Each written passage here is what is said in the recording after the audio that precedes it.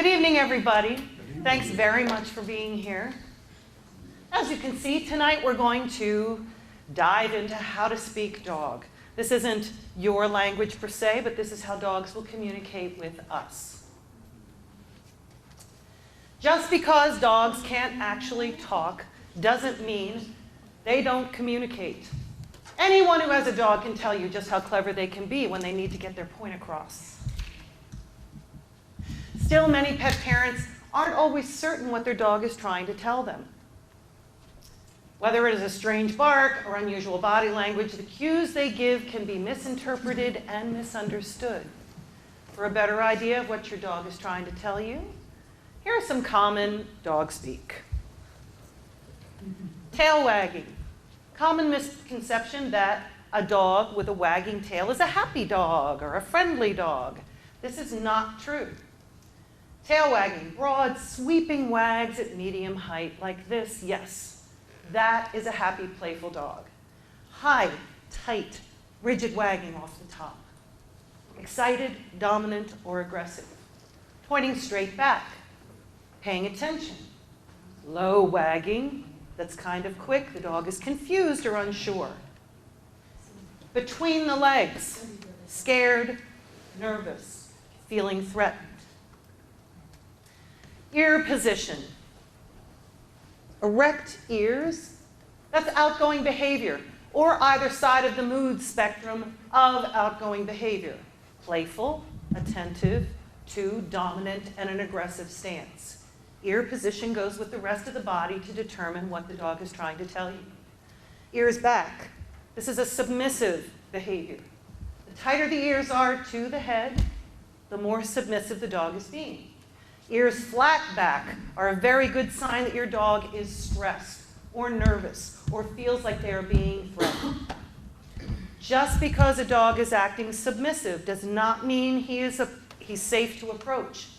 Many dogs are just as likely to strike out of fear as out of aggression. Mouth. Open, tongue out. This is a relaxed, playful, happy dog. Open, baring teeth with muzzle pulled back and staring. This is an aggressive stance. Baring teeth with soft ears and body posture, not staring. This is a submissive activity, especially if they poke their tongue out a little bit to lick you. Body posture. Natural posture, weight evenly distributed. That's a relaxed, calm dog. Right now, Lucy up here, she's very relaxed, she's very calm, she's feeling okay. Upright, chest out. This is a dominant stance. The dog is ready to challenge. Crouching, crawling, or cowering. Submissive or scared. Front legs down, butt up. That's a play bow. Everybody's seen that. That means I'm ready to go, let's have a ball. Voice. Barking is attention-seeking behavior. It can mean alert, someone is coming. I'm afraid, I'm feeling dominant, I'm excited. There are many different interpretations for barking. Listen for other things like the pitch of the bark, the cadence. Woof, woof, woof, woof, woof, woof. That means when she does that, that means there's somebody coming. Woof, I have to go out. Woof, I'm hurt. Different vocalizations mean different things. The number of barks mean different things. When a dog is whining or whimpering, they're bored, they're anxious, or they could be in pain. Growling, grumbling, aggressive, or feeling threatened. Baby talk. This is not the best way to communicate with your dog. We see it as a cute and loving tone. Dogs associate higher register vocalizations with prey. So you end up sounding like food or just plain weak. It is best to speak to your dog in a calm, medium pitch, a nice neutral voice. You want your dog to respect you because in a dog's world, respect is love. Yelling, anger, frustration, impatience, hitting, all completely useless. when it comes to teaching your dogs the rules of your house and your world.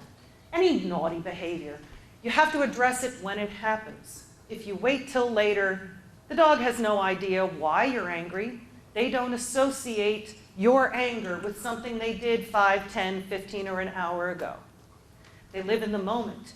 This is why rehabilitation can be so successful, because every moment is a new opportunity to take a dog past whatever is causing the behavior you don't want to see. Unwanted behavior must be interrupted calmly and assertively, then redirected in the moment it happens, especially with house training. You can't take your puppy back to a spot where it peed an hour ago, rub its nose in it, and expect it to know, don't pee here. The message the dog gets is, oh, smells like pee. Oh, person is angry. Make sure you never get pee where they can see it. Okay, so here's the pee, here's the person. Never get those two things together, so find another place where they'll never find it. Positive reinforcement is the most effective training tool always. You may go. Now, this program, I did this this summer for a summer school program, but personally, I think it's the young person's and the young at heart person's guide on how to approach a dog. Never, this is strange dogs, never go up to a dog you don't know.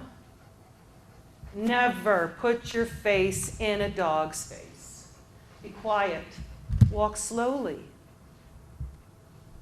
This kind of action can spook a dog, even the nicest of dogs. Never go up to a dog when they are eating. Always wait for the dog to come to you. If they want to be stroked or played, they'll let you know. Never disturb a dog when it's sleeping. Now, dogs growl when they're angry and scared.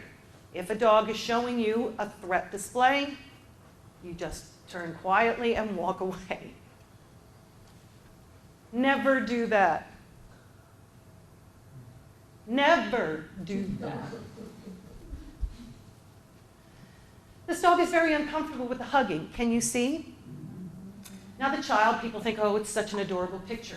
Look at the body posture of the dog, how the dog's leaning away, how the dog is kind of looking up, and the tongue licking the nose. This dog is very uncomfortable, and that's a bad situation. Don't lean over a dog and stick your hand in his face. Doing this can be interpreted as a threat, as a challenge, as a danger to the dog, and they can come up and get you. Don't lean over a dog and stick your hand on top of his head. And don't grab or hug a strange dog. You may go. Don't stare a dog in the eye. We're going to get to more of this later, but staring, this is a very challenging thing. A lot of the time when people talk about, oh my gosh, these two dogs were together, and then out of nowhere there was a fight. There is always something that leads up to this. We are just not seeing it. The first thing that happens between two dogs that could be adversarial is this. Don't squeal or shout in his face. Don't grab his head and kiss it, because you're bringing his teeth right to your face. The correct way. No talk, no touch, no eye contact. Don't look at the dog. Let the dog approach you. Keep either your side or your back towards the dog. Lucy, come. Now see, that's nice. She came right to me, but still, I didn't dive in. I turned to the side. I came in to pet her. Pet her, stroke him on the side of his face or body. Notice how I have to lean over to pet her, but I'm not diving in face first like this. I'm coming over, stepping in, and getting her in the side. And this is making her more comfortable. I just have a question. Sure. So these things have to, I thought these things had to do with strange dogs. You're saying even your own dog? No. I'm demonstrating with my dog. Okay. No, your own dog. Okay, I just wanted to be sure. You know your dog. Size doesn't matter when it comes to dogs. Go ahead,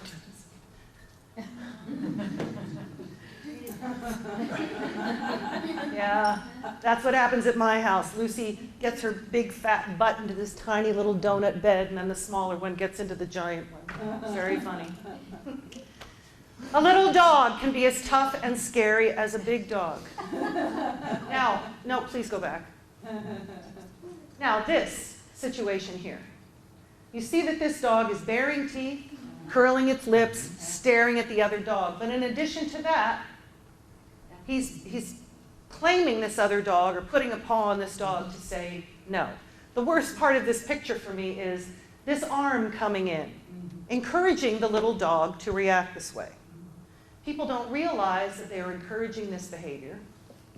And this is dangerous for both dogs because this dog will go after that dog and the bigger dog will. When you introduce them, dogs get along great. They're pack animals. They prefer to be together.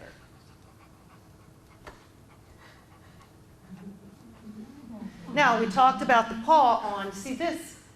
One of the kids asked me this summer, well, what about that? See how this dog is almost leaning into the other dog? This dog probably placed herself into that embrace.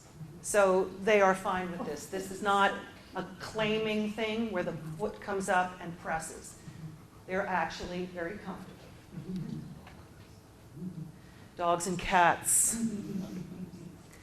The main reason they don't get along is because their communication is opposite. A cat lying this way, on its back. You just want to go in and you want to scratch its little belly. This is not a submissive position for a cat. When cats lie on their back, they are in the most dominant, prepared position they can be in to protect themselves because they have access to all four claws and teeth. Honestly, I can't tell you how many times I went to rub a cat's belly and they scratched the living heck out of me. The belly up position isn't an invitation for a belly rub. Anyone who has cats knows that, I don't know, Monica, it's the rare cat that really, you really enjoy that.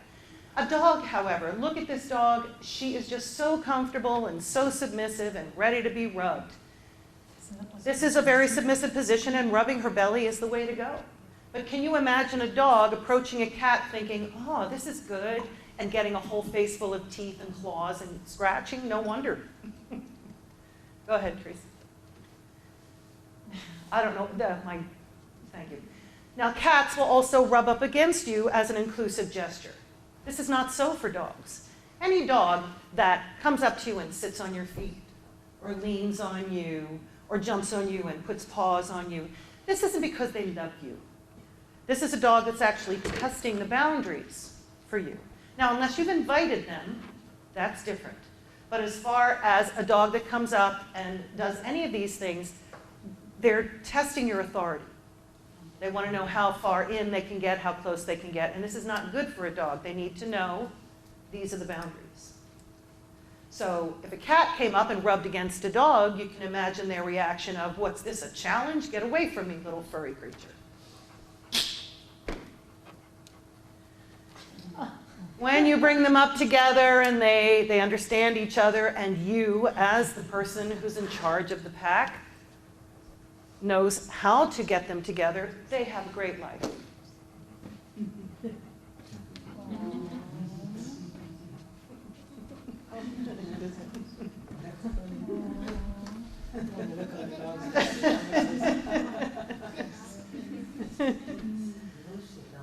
Now, as I said, dogs communicate using their whole body more than they do vocally. So we're going to take a look at different tail body positions. Dog language, grin and bear it. Owners who insist their dogs can smile are correct in thinking that a dog's mouth shows emotions. Relaxed and open, it's a sign of a happy dog. A submissive grin, which we talked about before, is a canine version of a nervous smile. They pull their lips up, show their front teeth, and they may crouch a little. This harmless grin is easily confused with an aggressive snarl. When in doubt, don't mess with the dog. Smiling or scaring. Just because you see a dog's teeth doesn't mean she is about to bite you. Now take a look at the difference here. On this side, Denver Denver is being completely submissive. Lucy does this. She comes up to me in the morning like this. Just like that. However, this dog is very threatening and very dangerous. Can you see the difference between the two? Okay, go ahead, Tracy. Now, these dogs are smiling. You can see because, see how the dog's like this, and the eyes are closed, and the ears are soft. This dog, the eyes are soft. You know, this one here also. There's no wrinkling in the snout, it's just this. So go one ahead. Now, these dogs are showing an aggressive snarl. Wide eyes, staring eyes, very focused, curling of the snout. This, not this. This. So could you go back one? So we're going to compare. See these? Now go ahead. And then you see these. Especially, see the difference in this subtle body language. You have to look at the rest of the dog to understand why the teeth are doing what they're doing. Go ahead. Tail wagging. Yes, just because a dog's tail is wagging, this is a myth. This is not a happy dog. As we discussed, different positions mean different things. Tail positions. Tucked, in line with the spine and straight, high and rigid, or low and wagging. Low, I mean this really low thing here, not off the back. This dog, this is a progression here. Now this dog is showing that it's nervous. So you see first, you see the worried look and then the one paw comes up. Anytime a dog does that, they're unsure, there's something about the environment that's problematic for them. Then they will start to yawn. It's called a calming signal. So the calming signal is trying to let you know that there's something stressful about the situation. They start sniffing or avoiding you, licking their lips, looking worried and crouching, and perpetual scratching. Then it progresses to this, where you see the hair coming up on the back, crouching. Then the dog gets to this point, and then you end up getting bit. Now this progression can happen fairly quickly depending on what you're doing. If a dog is anxious like this and you continue doing what you're doing, you're going to progress to this. The dominant aggressive stare. I'm sorry about that. I just put that Kaspersky in there and it won't leave me alone. As most trainers know, most aggression, what people call aggression, is actually reactivity from fear or some other environmental factor. It is rare that you come across a dog that is truly dominant aggressive. If a dog is showing a threat display, lunging, barking, this dog is saying, it's giving you an opportunity to walk away. Don't make me come over there. They don't want to come over there. They want you to leave them alone. They want you to go away. Now, some dogs are diagnosed as dominant aggressive. This is the highest level of aggression or the highest level of red zone. I observed a temperament test where they brought out a dog at a shelter to see if the dog would get along with other dogs. The dog they brought out wasn't moving. The dog they brought in to test was incredibly fearful. Started to drool, she was licking her lips, but she was, she wasn't moving. She was sort of going further and further down. While the other dog wasn't barking at her or growling at her or doing anything. This other dog was standing stock still, staring.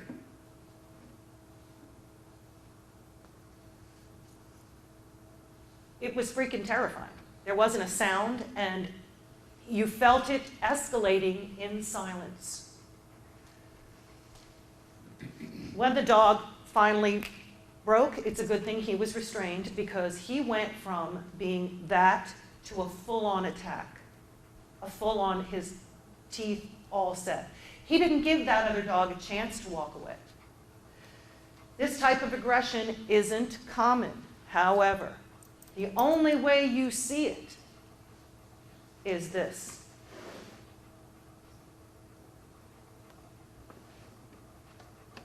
before that dog gives a full-on attack. You won't hear a growl.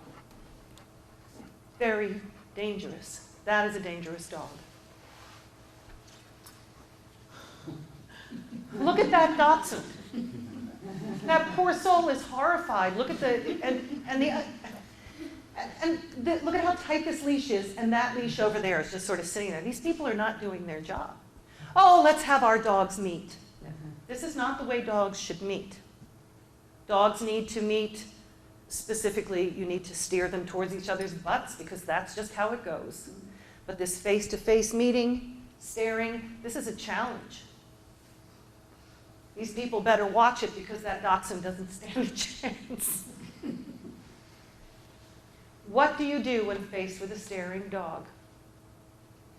I went to work with a bulldog mix, and we had taken the dog out for a walk, and we'd been out for about an hour with this dog. When we went back into the woman's apartment, I said, take him off the leash and let's see. The second she took him off the leash, he did this and started staring at me, and she went, oh my God. I said, please sit down on the couch and be quiet. 5 full minutes of standing there before that dog went and walked away. 5 minutes of yawning. But it works. Content, happy, social. Nice relaxed tail. Now, this says hi and wagging quickly. No. Depending on the breed of dog, you might have a higher tail. But what you really want is kind of a nice sweeping gesture of the tail. That means the dog is fine.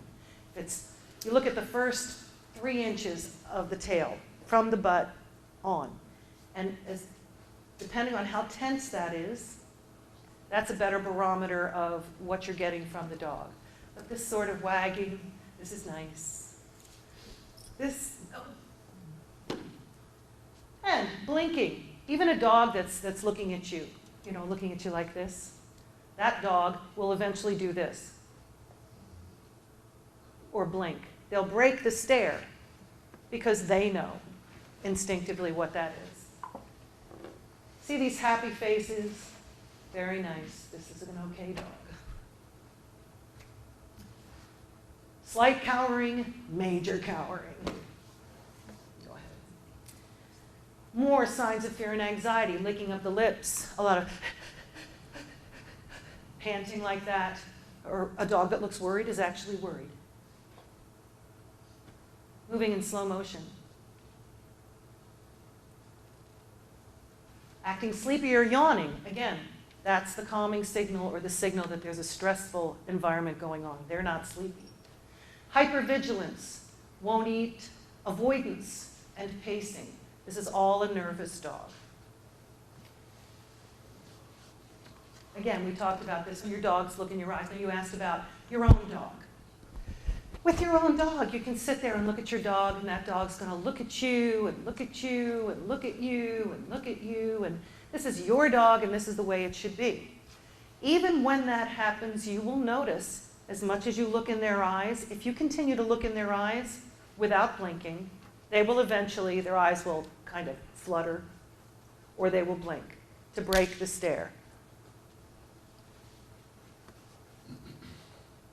Yes, body tense, ears flattened. You look at the whole dog. Whale eye. We saw that little dachshund before. Whale eye is when your dog is sitting there and perhaps guarding food or doing something else, and you go over and you get this roll up where the eyes are really wide and you see this crescent of white.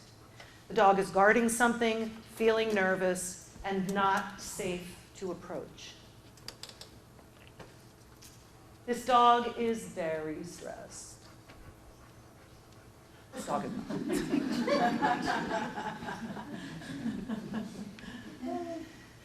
Dogs can learn up to 250 words. The smartest, best trained breeds are similar to a 2-year-old child in their ability to understand language, according to researcher Stanley Coren, PhD. Stanley actually wrote a book called How to Speak Dog that I highly recommend. It's a great book. These dogs, really well-trained ones, can understand up to 250 words, while the average dog can understand 150. That's a lot of words when you consider sit, stay, come, fetch, down, drop, up, off, go, and the dog's name. That's only 10 words. And pretty much most dogs, those are the only commands they know. 10 words out of 150 that your dog could learn. Myth. Dogs see in black and white. They don't. They see blue, violet, many more shades of gray, and they also see better in low light than humans do. That's what makes them such good hunters. They probably don't see orange, yellow, green, or red, but this is all still in research. Myth. Dogs need bones. Dogs do not need bones. It's ancient dogs ate plenty of bones, but today dogs get all they need from what you feed them.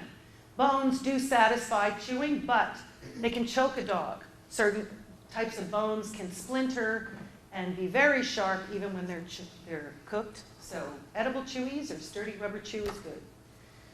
The best dog food is the current trend towards grain-free, high-protein foods. Read the ingredients on your dog food to make sure that you're not paying for fillers, preservatives, byproducts, or, in the case of a bag of Purina I read recently, animal refuse. I looked that up. The cheaper and more generic the brand of food, the less nutritional value you're going to find in that. What was that again? Animal what? Animal refuse. Oh. Yeah. Not even a specific animal, and you can imagine what the refuse is. If you think your dog is like your child, then go ahead and buy a high-quality, healthy dog food. Feed her like your child. Warm nose, sick dog. Nope. Dogs' noses change temperature depending on how long they've been out in the sun or whether they've been drinking from the water bowl or all sorts of things. So the best thing to look for if you think your dog isn't feeling well is if they're sluggish, they're not eating, they feel hot, if you happen to have a rectal thermometer. I prefer to leave that to my vet. The wet snout comes from ducts that carry tears towards the nose. Licking heals a dog's wounds. Yeah, there's no magic healing power in dog saliva, hence the Elizabethan collars after they've had surgery to keep them from licking. Fact, dog kisses can make you sick. Yes, salmonella, campylobacter, all sorts of bacteria. And really, dogs use their tongues as toilet paper, so why wouldn't that be all germy? A kiss moves these germs from the pooch to the person. So you want to avoid letting your dog lick you on the lips or on the nose, Yeah. That's not kissing, that's just sniffing. That's my old boy Charlie with my godchild. I miss him. On behalf of Lucy and myself, we'd like to say thanks. Questions? Comments? Yes, ma'am. So, I have a German Shepherd who is somewhat dog aggressive, but sometimes not. So, these dogs that are in a red zone, the really truly aggressive dogs that you were talking about earlier. Dominant aggressive dogs. Dominant aggressive dogs. Are these dogs that are aggressive with every dog? Dominant aggression is a diagnosis of a very specific level of aggression. A truly dominant aggressive dog is rare. Generally. In my practice, I would say, even that little bull, he wasn't dominant aggressive, but he was having that moment. There were other environmental factors and the fact that he was adopted and he'd been abused, and there were other things where the dog was reactive. It's highly unlikely that your dog is dominant aggressive, and that there are other dominant aggressive dogs around. However, when dogs come together, they do their own meet and greet to decide where they stand in the hierarchy, their own personal little hierarchy. If the human being has not established their ability to lead, a dog will be more likely to challenge another dog out of territoriality over you or their place or wherever they are. Lucy came to me, and she was severely aggressive because she had been severely abused. Now, hard to imagine looking at her now, but she was frozen. The first time I met her, she was frozen. I got the whale eye, and then without hesitation, she went to bite me. Without hesitation. This was from fear. This was from abuse. This was from other factors. So it is not her nature to be that. Your German Shepherd, you say sometimes he's aggressive with other dogs, and it's a male? Female. Sometimes she is, sometimes she isn't.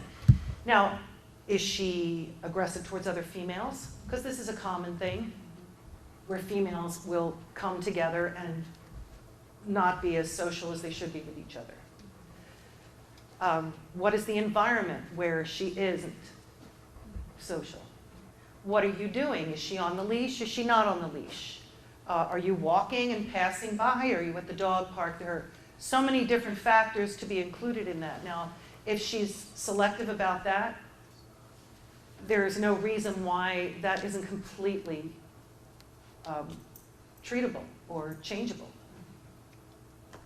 Lucy used to be very aggressive to other dogs, and now she loves everybody. She gets along with any dog that to whom I've introduced her. So we have two dogs. Both of them were adopted from breeders when they've been retired, type of thing. Mm-hmm.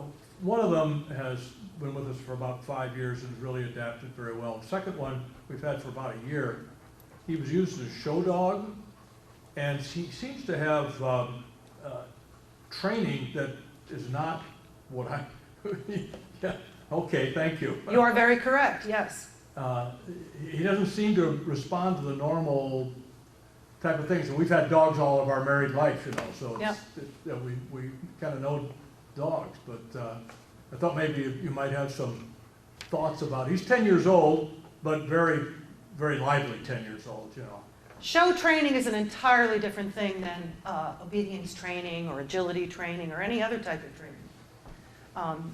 When a dog is not the sort of training, I mean, you've seen them at dog shows where they have those really skinny leashes on them. They're holding them very taut as they walk around the... Yep. Now, for me, as a behaviorist and a trainer, that is completely counterintuitive. It is my goal to make sure that the leash and the collar are always slack. It is my goal to train to the point where the leash is just, it's a tether for my energy to travel to the dog. So that when I walk, I'm not dragging behind, there's never tension on the leash. If there's tension, then the dog has to come back and get into the heel zone. We get into the zone and we walk. So as far as your dog, do you take that dog out on walks? Every day he gets a 1.5 mile walk. And how does he do on the leash?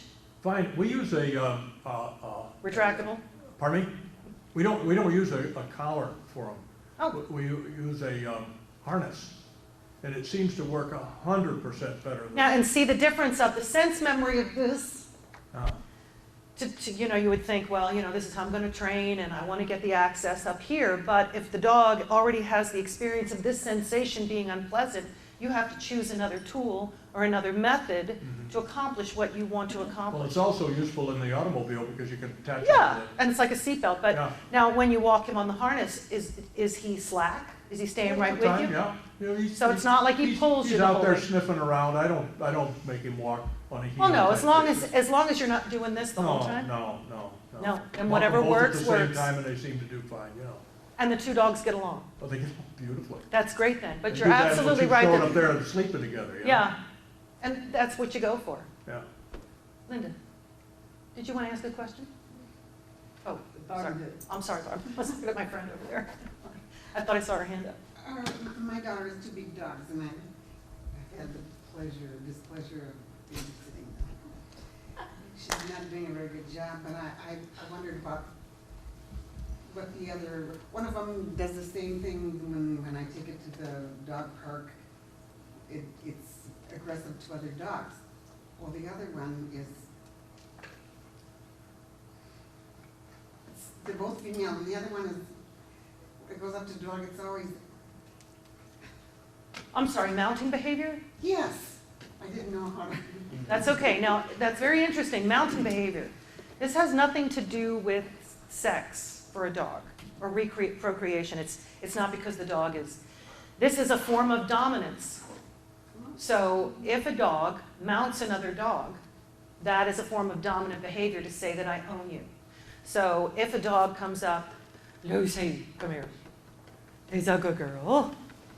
So I don't know if you could, if you can see me. So I'm not going to mount my dog, but I'm just going to show you that there's mounting. Yeah, please don't do that. There's mounting behavior, like you said, where they climb and they grab, and this is a form of dominating this dog. They'll also come up and put their head like this. A dog will come up sideways and put a head over the shoulders. That's another way of being dominant. A paw over the shoulders. You'll see dogs do this in the dog park, and depending on the second dog, the dog either gets away or it'll spark a fight. Because if the second dog is not willing to be dominated, then that dog will turn around and tell the other dog where to get off. The interesting thing about those altercations, sometimes they can be really bad and freak people out. Other times, you'll see an altercation between two dogs, and it looks and sounds horrible, but there's no contact, there's no breaking of skin, there's no actual hurting between them. And sometimes one dog will be aberrant somehow, will not be normal, and will be doing something. And the second dog will go after the first to correct it. It's not that the second dog is angry, but Charlie used to do that to Lucy all the time because, in the first couple of years we had Lucy, she would just throw herself at the front door if anybody came to the front door, twirling and hurling herself and barking like crazy. And Charlie, who was the one you saw kissing my godchild there, all 80 pounds of him, would run up to the door and look at her and go, la, la, la, la, la. And the first time he did it, I went, but Lucy backed off and sat down. And then Charlie turned and barked at the door a few times, just to say, all right, fine, I got it. But it was a fascinating thing to watch because I thought, oh God, if they don't get along, this is going to be a problem. But no, they get along great. Charlie was correcting her. And people would call me on the phone if their dogs did that and say, my dogs hate each other and they're going to kill each other. And no. The subtleties are fascinating, and then you have to look at the dog that they think is the aggressor when it's actually the other dog with the problem. So the dog that looks like it's being aggressive is actually trying to bring this dog down and into normalcy. Which is why dogs are so good at rehabilitating each other. I have a little foster right now. He's a purse puppy. He looks like a teddy bear. The puppy mills are now breeding these. And he's this big, and he's freaking adorable. And he's the sort of dog that you think, oh, you're so cute, I'm going to cuddle you. Yeah. He won't tolerate being touched. Because obviously wherever he was at the puppy mill, it was just grabbing and pulling and throwing. And then, of course, when he got to the shelters, people thought, oh, you're so cute, I want to cuddle you. And he bit the crap out of somebody. I'm sure more than one somebody. So he's at my house now because if he has any chance at life, we're going to rehabilitate him. From the minute he walked into my house, he bonded with Lucy entirely. He sleeps on top of her, and she tolerates this. Now, used to be, when I first had Lucy, I had a Lhasa Apso named Duffy. He was little, and he bumped into her while she was sleeping. He ended up in the emergency room because she went nuts on him. So you can see the progression of how a dog learns that life is fine, other dogs are fine, it's okay if this dog does this. It's as if she senses that he needs that he's not trying to dominate her or sit on her or say he owns her, but he needs to be with her, next to her. So they do better work than I do. I get to moderate, and I get to be the person that tries to bring them back from being euthanized or, ending up in a very bad place. But Lucy does much better work than I do. Because at this point, she gets along with everybody. She gets to meet every dog. She's kind of like my daddy. It's just wonderful. Anybody a dog whisperer fan? Yes. Yeah, she's kind of like my daddy, because she'll go in, yeah. I've got a dog. I've had it for about a year. It came from it was dumped and obviously he's been mistreated. Not what I would call a dominant dog, but one of the things as far as some of the behavior is that if anybody knocks on the door, he's not a big dog, but you would think that he's going to take off a leg. Yep. And I don't mind the fact that he lets me know that somebody's knocking on the door. I'm not gonna discourage that by any means, but I'm trying to work with him to say, okay, enough. This is okay. This person can come into the house. And I'm trying to work on that situation. Here's He what has you an do. issue. He has an issue with large men wearing baseball hats. Well, who doesn't? So we're working on the Schwann's fan. The Schwann's fan has made big strides. Okay.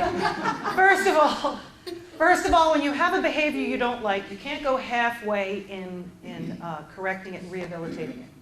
You have to go back to the beginning and do your best to remove the behavior, and then reintroduce a different aspect of it as something entirely new. So if your dog is, let's say, jumping up on you, and it's okay if they jump up this far, but now they're jumping up this far, you can't differentiate between here and here. They have to learn off. They have to learn your space is your space, and you don't invade my space, you respect me, and don't do that. So it's not like I can say you can only jump to here. I have to make sure that that dog learns no jumping. However, once I get past no jumping, and then I start another ritual of sit, good job, nice job, off, good job, treat, so that it becomes something that you invite, that you allow, not something that they want to do. As far as the door is concerned, you know why dogs go nuts when delivery people and mail people and other people come to your door? Because the first time they bark at that person and they leave, your dog has been successful, right? So, wow, check me out. That person goes away, and every time the person comes, the barking becomes more intense because they've been successful. And they're really psyched about being successful. And it has nothing to do with the fact that the mailman comes and goes, because that's what they do. But in the dog's mind, the dog thinks that the barking is driving off an interloper. One second. So with your dog, you have to start with creating a boundary at the door. And training the dog that when the doorbell rings, this is your boundary. This is where you sit. Good job, sit. You stay. You have a friend help you ringing the doorbell until the dog gets the word that this is the line, you don't cross it. Then you go back and you teach the dog to speak. So speak, good speak. Shh. You have to take each command separately so that when you reintroduce the activity that you want, the dog takes all these components and you chain it. Like that dog on Frasier that used to do all the groovy things running through the apartment. That activity is called chaining. The trainer would say, okay, first I train you to do this, then I train you to sit on the table, then I train you to go to the door, then I train you to pick up this. And now we're going to string them all together. And we've chained all these things. So for your dog, you have to go back and first you have to create the boundary at the door, because it's not acceptable for that dog to be in charge of the door. When you come in at night, you don't stop at the door to greet the dog because you're asking permission to come into your own house. You walk in, you stop, you do all this, and the dog thinks, well, okay, I'm in charge of the door and I'm going to let you into your own house. However, if you start walking into the door, you walk past your dog, you don't look, you walk around, you hang up your coat, you walk around like you own your home, you get yourself a cocktail in my case, survey your surroundings, and then you go, and you wait for the dog to calm down. Because this is not happy for a dog. This is just excitement. This is happy. See this? This is nice. She doesn't feel the need to be looking around or checking things out. She's just here. That's happiness for a dog. That's the best way for a dog to be. Relaxed, comfortable, not in charge of anything. So if you want the dog to alert you to the door, then you need to train the dog to hear the bell and bark twice. It shouldn't be, so that you're going, get away from the door, get away from the door. And then by the time somebody walks in, the dog's jumping all over everybody and running around like a maniac, and it might get out the front door and run out into the street. You need to take it back to the very beginning and say, fine, here are the rules. And this is how we do things. I used food. Food is good. When somebody came over, I snuck them food. Especially the little Oh, you gave food to the person who... treats, dog treats, to get to the dog. Now, food is a great motivator. Treats are a great motivator. However, there has to come a point where the dog follows directions, follows commands, does what is necessary just because you say so, because they respect your authority, because you're the one that's in charge of the world. You own the food. You own the bed, you own the door, you own the house, you own the chairs, you own the yard, you own the streets, you own everything. And the more you take responsibility for owning their environment, for making sure that they're safe, the less they have to step up. If you leave a gap, if you're weak or you let them have the run of the house and, oh, my dog's in charge, this is not natural for them. That's not what they want. It's not in their nature. Domesticated dogs were never bred to be in charge. Even a dog that works the fields in a farm. Great Pyrenees, for example, those big giant dogs, they live outside. They walk the perimeter of a farm. Even those dogs know that the alpha is in the house. Sled dogs in Alaska, they have their own hierarchy amongst themselves, but the human is the acknowledged leader. That's why they can run as a pack.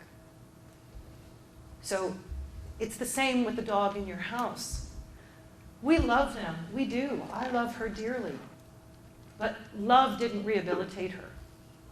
I lost it a little bit. I lost my way in the beginning and slowed her down because I was starting to feel sorry for her. And that was the night she almost killed my other dog.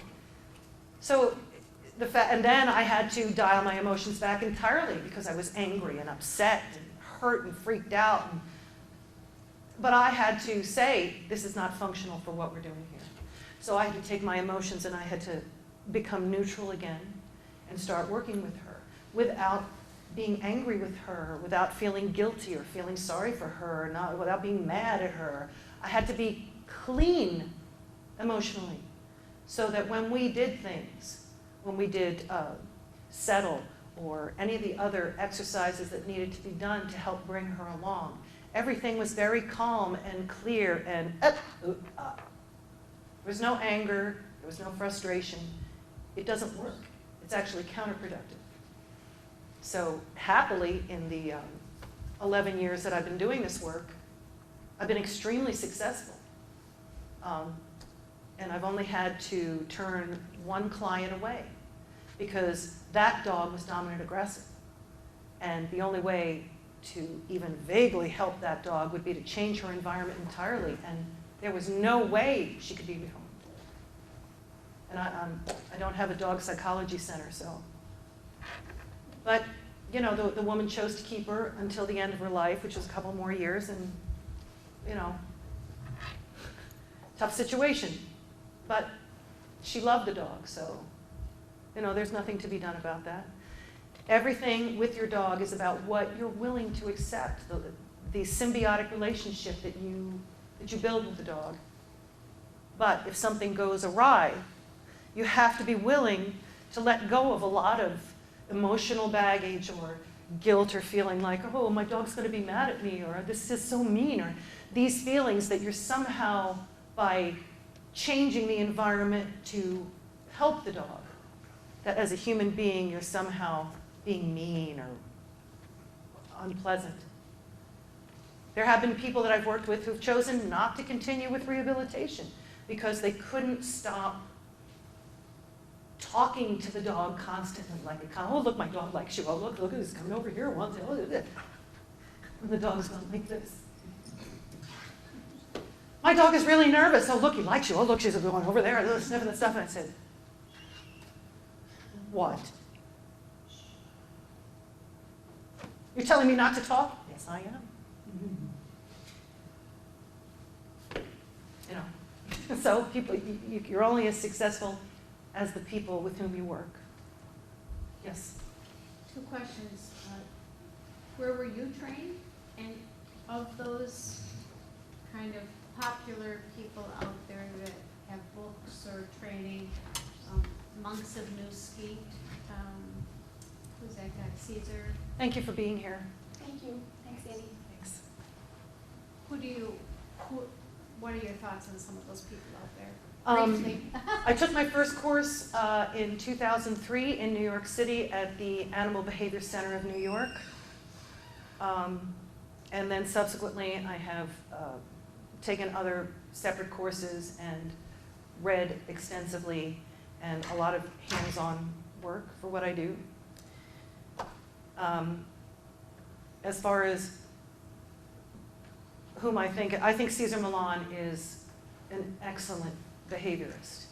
I like him because when his show first came on, I was pretty much in the beginning of what I was doing, and I had graduated with my certification.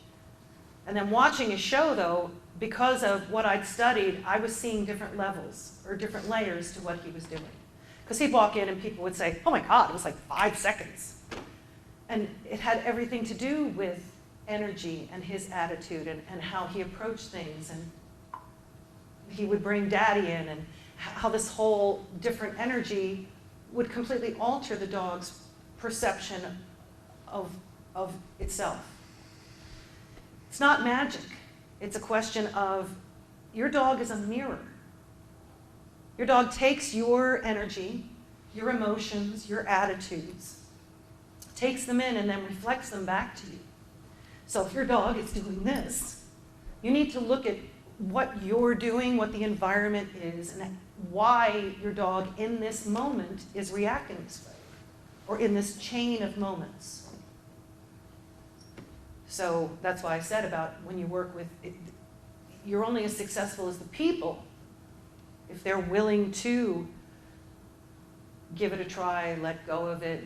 Oh, I love sleeping with my dog. Well, when the time comes, when your dog reaches a certain point, you can certainly invite your dog back into bed with you. However, I don't recommend it, but you can certainly do that. The problem is that now your dog thinks it belongs there. And you're elevating it in the hierarchy, and you give them all the explanations to why this particular activity triggers a certain behavior in the dog. So, you go all the way back to this thing. Here's the behavior. What about this? What about that? How do you do this? Do you do this? How about that? I mean, people write to me through the website and say, my dog has issues. I write back to them and say, here are a million questions. Can you tell me the answers to these? And then I'll see, what the story is. Yes? We got our lab from a shelter a couple of years ago, and he's a great dog as far as inside. If he's, in the kitchen kind of waiting for food, you tell him just real calm, go lay down, and he does. He doesn't jump up or anything, but when you take him for a walk, it's a completely different story. He gets so excited, but he knows the whole neighborhood, where he knows where all the dogs live, even if they're outside or not, and he kind of he'll almost go in circles, just anticipating where they are. And if we're passing by another dog on the street, I mean, he's like a kangaroo. He gets up on 2 feet, he's all excited, he goes nuts. And what do you do? Yell at him, try to yank him back, he's just. Okay, so. And then you go back to the beginning. So as far as the walk is concerned, I mean, sometimes we. what kind of a collar do you use? What kind of a leash do you use? So you know, I mean, we might as well be fortune tellers as far as our dogs are concerned. Might as well be We have the fortune, same problem with Berta. Berta, come. because we know what's coming. Your dog, I mean, yes, your dog gets into a ritual, but it's still a moment-to-moment experience. 87-pound lab. She's gonna pull you down the street if Right, you let her. you exactly. know. Yes. And what we did, we bought a Don Sullivan training collar. And it doesn't have sharp teeth, but all you have to do is tap on that and she walks loose now. It took a year, but she walks loose. And it is any tool that helps you get to the point where you're relaxed. We So, have one with the teeth, and it doesn't even seem to bother him. and see, then that is, then either, well, as far as the teeth are concerned, This works really well for training a dog. And what it does when you pull on it. What about that? It pulls it. as far as the prong collars, they are wonderful tools for training. When I was walking with Lucy and Charlie, they had the prong collars. If they were on flat collars, You have to buy these on. especially collars that fall back to here, this inspires a dog to pull. It's in an instinct, because, you know, here, this is back here, I should be pulling something. So I'm gonna pull against this, this is the way this feels. Could you explain that function? Sure, it's like a martingale collar, that's what they use on show dogs. But you'll see that, see how, here's this collar, and there's a loop here, and then there's a ring, right? So the way this sits is, it should be put on the dog so that it sits high. Doesn't drop back here. It shouldn't be loose enough to drop all the way back to the neck like a necklace. This collar should sit high, like a prong collar. Or Lucy's collar, for example, is also a martingale. Can I have that? Thanks. So a martingale means that you have the collar, but then there's a loop. Training collar. Thank you. Now, my Now prong this- collar, my prong collar is like Yes, that. this is an automatic stopgap. This is not like a choker where you could keep pulling and take the dog's head off with a choker collar. This, that will only close that much. Same thing with a prong collar, same thing with this. And like Chris said, wonderful training thing, because it's the sensation of like mama teeth from the days when they're a puppy, when the mother dog wants to correct and she puts her mouth on the dog's neck, like that. It's that sensation. Now, as far as Lucy and Charlie were concerned, I'd take them out to walk on a flat collar, which would be just a flat collar like that, with no give and take, you just buckle it on. But of course, they pulled the entire time. So I got the prong collars, I fitted them properly where they sit right here, they are not tight. And I was holding the leash slackly. They took one step forward where the collar closed to the stopgap, like this one does. So Berta walks forward and that happens. So the collar closes only this tight. Not enough to choke, but enough to give the sensation of this. I put that collar on, and I am telling you quite literally, they each went like this and then went. Yeah, it's almost immediate. It is. It was immediate. Now, it's not like that with all dogs, and depending on how they are with the collar. Those collars would hang on the door, and I would take them off, and the two of them would come over and sit there because they'd know we were going for a walk. For years. And if I didn't use that collar once, we'd go out for a walk, and I tried them on the flat collar, they were back to pulling. So that's the aspect of whatever tool you use. But there was nothing inhumane about it for them. The collars just sat there, and if they started to go, they would feel the sensation of this. I take those collars with me to training sessions and put them, the prong collar, put it around my arm and I do this. This one hurts more than my prong collar does. But you know, you pull this, the teeth don't, it's not like they go straight in, they're rounded like this. So there's sort of a round sensation of, okay, that's enough. But they control it. If you're not pulling and dragging, you're just holding the leash and they take off, that's what they feel, and they come back. It's a good training collar for barking, Uh-huh. or jumping. Yeah. You can use it for all those things. And it doesn't, you can feel it under, But as far as your problem with walking, you need to go back to the beginning and master the walk first. So that your dog is not in charge. It's not like you hook it up and you're holding on for dear life. you can feel it on her, it's not tight. You can see, I'm not. No, and look at that, what a good girl she is. I mean, I got used to watching them walk up and down the street. When you pull on this comes up and kind of just grabs your neck. Yeah, it just gives the sensation of That's a martingale, is what you said? the martingale. That is this design. Okay. The name of that collar, Chris would have to tell you what that is. It's a Don Sullivan training collar. Training collar, yeah, but it's just, I like this because it sits here on Lucy, so when she walks, if she pulls, it closes. When she comes back, it relaxes. So it's not a flat collar, it's not a choke. It's something that closes only so far. You fit it properly so that you don't hurt your dog. You can take links out of it. Yep, and you make sure that it fits properly and you're all set. Instructions that come with it. My dog is going with that man. I think my dog wants to live with you. Any more questions? Yes, ma'am. Well, I was walking with someone the other night, and she had a shock system on, and she apologized, but she knew I was with the Humane Well, Society. But she used it once, and then she kind of struggled to hold the dog near her.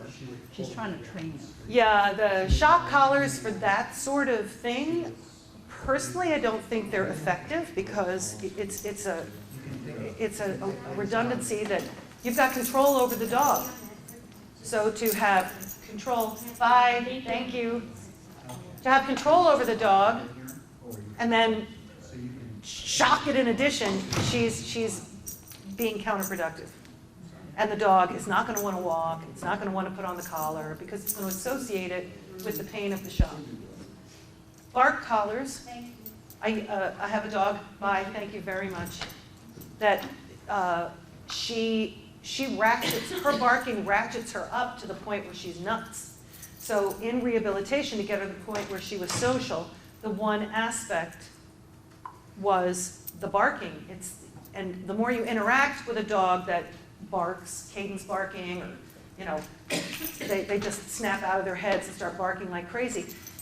The more you interact, you're almost supporting it because it's the interaction they want, but they don't. So with Charlie and with my current dog, Sadie, I have a bark collar that's progressive. I don't control it. She controls it. As soon as I put it on her, not a peep out of her. And she's fine. I'll take it off and put a regular collar on, and then if I'm having company or I'm going somewhere, I have to do something where I need to make sure if I can inhibit the barking, then I get to see the rest of her in a social aspect. And I get taken out of the equation. But as soon as she comes over, she puts her head out, I put the bark collar on, it doesn't, as soon as you put it on, she knows what it is, and everything changes. What do you think about the invisible fence? In association with the bark collar, That's what made me think of it, yeah. Charlie, he was a cadence barker. He wouldn't stop. You couldn't get him to stop. And the more he did it, and the more you did what you could to interact with it, it just cycled. So I got him this progressive collar. The first time he used it, it was like they bark and they get a vibration. Then they bark some more and then they get more, and it's progressive. He barked that sucker all the way up to the top. I know that because he went, woof, woof, woof, ah! It was, and I'm standing there going, trying not to be emotional, but worked great. Charlie, eventually, I took the collar off him and he was okay. Sadie, not so much. But I tried to put an invisible fence around my yard so that he could go out and run around. And the first time he felt that vibration, he freaked out, ran in the house, and wouldn't go out again. Wouldn't go out again. So on the one hand, it was great for the barking, but as far as using it, that's the tool that you need to use for that $1,000 thing. Didn't work, so I put up a fence. But, you know, invisible fences work for some people, as long as they work. Great. However, I finally got Charlie out.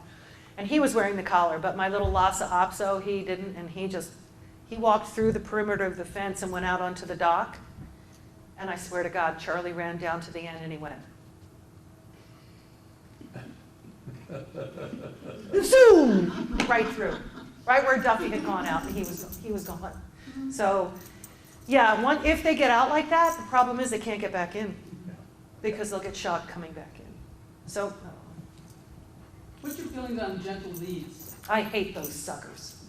The first course I took when I was at the Animal Behavior Center in New York, he swore by them. We had to use them. Well, that was it. I've been looking at some obedience classes, and that's one of the things that they want. And describe that, what is that? What is it? It's like a horse bridle. Yeah, it goes over the nose, and you.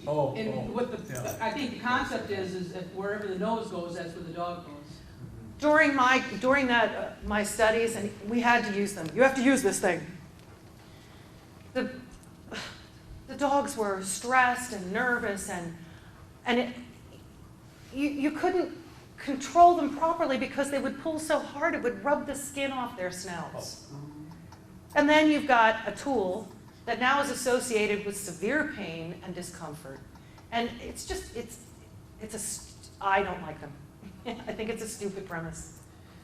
They're not horses, and it's not the same thing as leading a horse. Honestly, I saw a woman last summer walking a golden retriever. I mean, come on. Who can't learn to walk a golden retriever? Come on. And she has this thing in a gentle leader, and she's like this. You know, so the dog's walking like this. The whole point is to get the dog relaxed, like Chris said, finding the right tools so that your dog is just with you in the zone. But this poor animal, her arm was tense, she's holding it really tight, his face is like this. It took every ounce of self-control I had not to go up to her. But I find that inhumane. That's an inhumane tool. I don't like it. There are other ways to do it. Better ways.